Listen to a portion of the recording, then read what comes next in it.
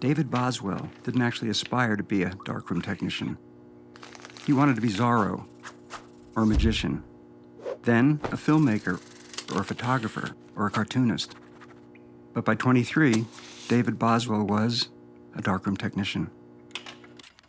This is where David worked, and this was their biggest client, which meant this is what he printed pictures of day after day, after day, after day, after day.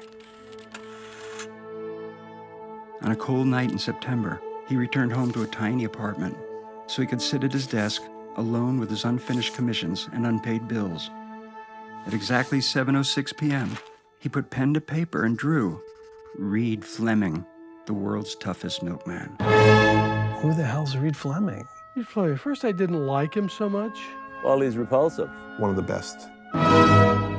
He isn't a superhero. He isn't a do-gooder. He isn't someone who saves the day. Cracks me up.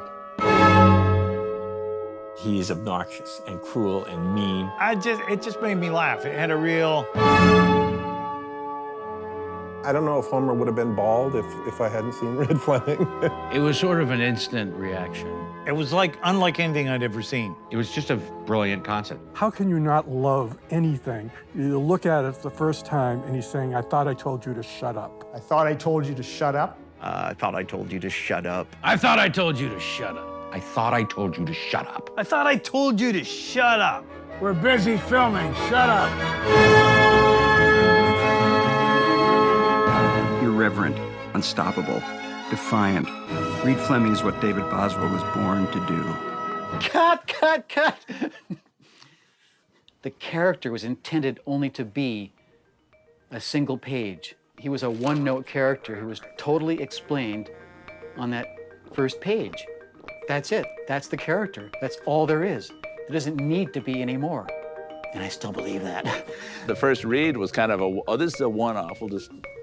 It's just got this joke, I'll piss on her flowers, ha ha ha, what a crude guy. And I was getting people saying, you gotta do more of these, you know? Is there gonna be another, when's the next Reed Fleming? The logical next step was to package it as a comic book and get a wider audience. And I had 10,000 copies printed with no distribution set up, which is really ass backwards. Ass backwards here meaning guaranteed bankruptcy. But an issue from the first run made it to Ron Turner, head of the infamous Last Gasp, an alternative publisher willing to take a chance. After reading the issue, Ron ordered 500. Well, we sold out. We're always looking for good new things that we'd never heard of, and that, of course, came in like a load of bricks on top of a bare toe. And then a short time later, he ordered like 1,000, and then 2,000. Everybody loved it immediately, and we kept selling and selling and selling them. 78 cents or I piss on your flowers, it just was immediately the talk of the town. By word of mouth, Reed spread like a virus within the underground comics world. I read them, and I kind of went, I'm not sure that I get this. You always had to work with Reed. There's a kind of hilarity, but it's kind of what hits you in the back of the head on second thought. And I had to read them a second time and went, this is pretty cool. It's about having a horrible job and doing whatever you can to make life interesting for yourself. I think Reed Fleming just speaks to anybody who's had a crappy boss, which is all of us. He does, everything we would like to do, he just goes ahead and does it. Suddenly, Reed Fleming was a mountain. Literally, he was a 3-hour-long punk rock opera. Reed Fleming! He was on Matt Groening's list of 100 favorite things. If you're gonna ask me about underground comics, yes, I do know. The original Undergrounds were more about just being shocking. Reed, David does something that those guys don't do. I don't call many people geniuses, but I actually think Boswell is one. First of all, I love the stories. It got better and better as the comics went on. I mean, one of the things I love about David Boswell's stuff is that it's a combination of an exquisite draftsmanship and incredible naivete. Well, Reed Fleming, to me, wasn't counterculture. He was culture, but it's also completely crazy. The world's toughest milkman had arrived, and everybody wanted a piece of him. I thought I told you to shut up. I thought I told you to shut up. I thought I told you to shut up. I thought I told you to shut up. Reed Fleming was going places. I understand this might be becoming a movie. Is that true? It's a possibility. It could happen this year. Several producers would like to make a Reed Fleming movie. Dave Thomas of SCTV would like to play the Mad Milkman. I thought it was hilarious. I wrote a script. They threw it out. They never did a damn thing with it. Wait, so this is where it gets a little complicated. When Hollywood wants your creative property, you have one of two choices: to option or sell the film rights. Optioning pays less up front, but is temporary and partial. Selling outright means you forfeit the rights entirely. But it's a much bigger payday. Much more enticing if you're a Canadian cartoonist trying to use a cult property to provide for your growing family. But I mean, I don't know what happened with them at Warner's. I mean, I know that it was in active development there. I first met Reed Fleming when two writer-producers brought me the comic book, Loeb and Weissman. We were making movies like Teen Wolf and Commando. We were pretty hot as writers at the time. Here was this chance to make this movie. This is David's ticket to Hollywood, the hotel he stayed in, and the phone in the bathroom. Well, going to Hollywood was a big thrill. Very wide-eyed with a camera, taking pictures of everybody. They were really enthusiastic about David, and they wanted David to do the script. I mean, that was the fun of it, was David's first draft. I thought it was one of the funniest, most ridiculous things I've ever read. This is the screenplay David wrote, which of course we can't show you. I think it was Robin Williams was probably the first person we ever talked about doing it. Jack Nicholson. Bob Hoskins. John Lovitz. Jim Belushi. Bill Murray.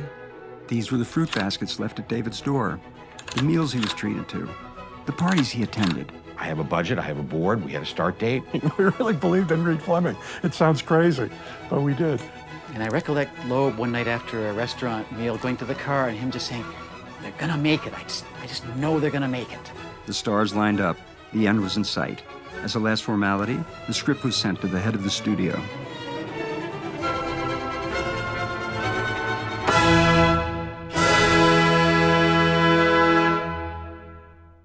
I was told he didn't get it. And it wasn't like there was a conversation. It was like suddenly we went from green light, full speed ahead, to dead. I know they read the script. I know they looked at the comic book. But I don't know if they pictured what it could be. It was just felt very counterculture to the people, to the bosses, you know? You know, it went further up the food chain and they got cold feet. Hollywood, it's a nightmare. It's a nightmare, you know? Reed relaxed back into obscurity. Over the years, David fielded countless proposals from actors, producers, and directors, myself included.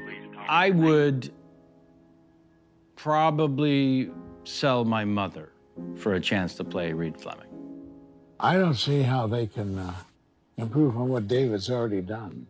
Now, has he considered doing it in an animated form? Do they own all rights at Warner's? He couldn't?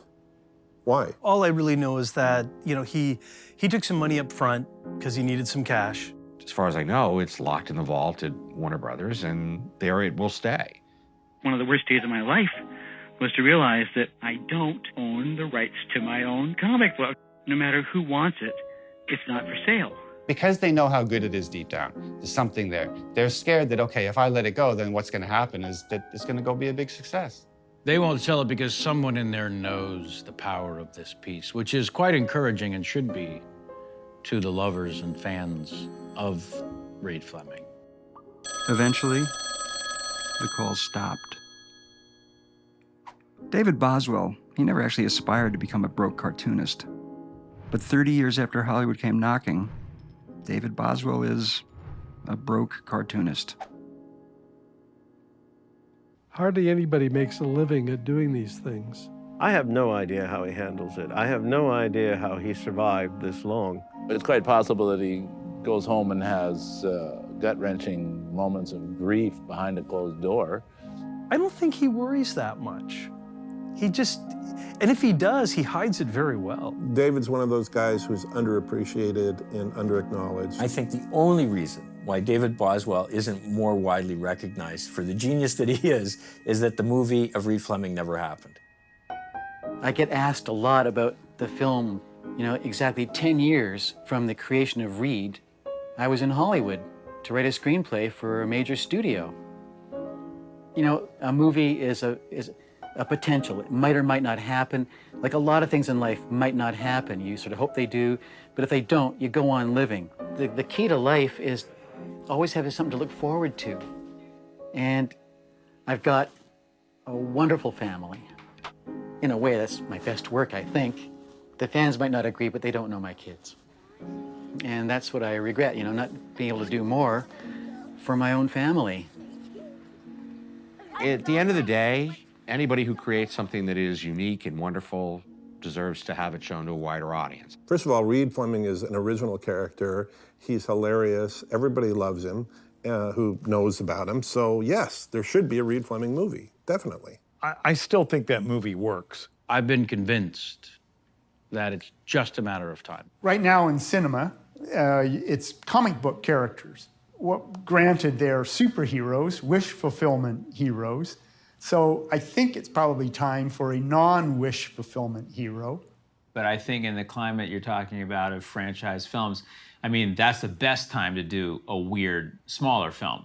What could be a better franchise than a whole series of movies about the world's toughest milkman?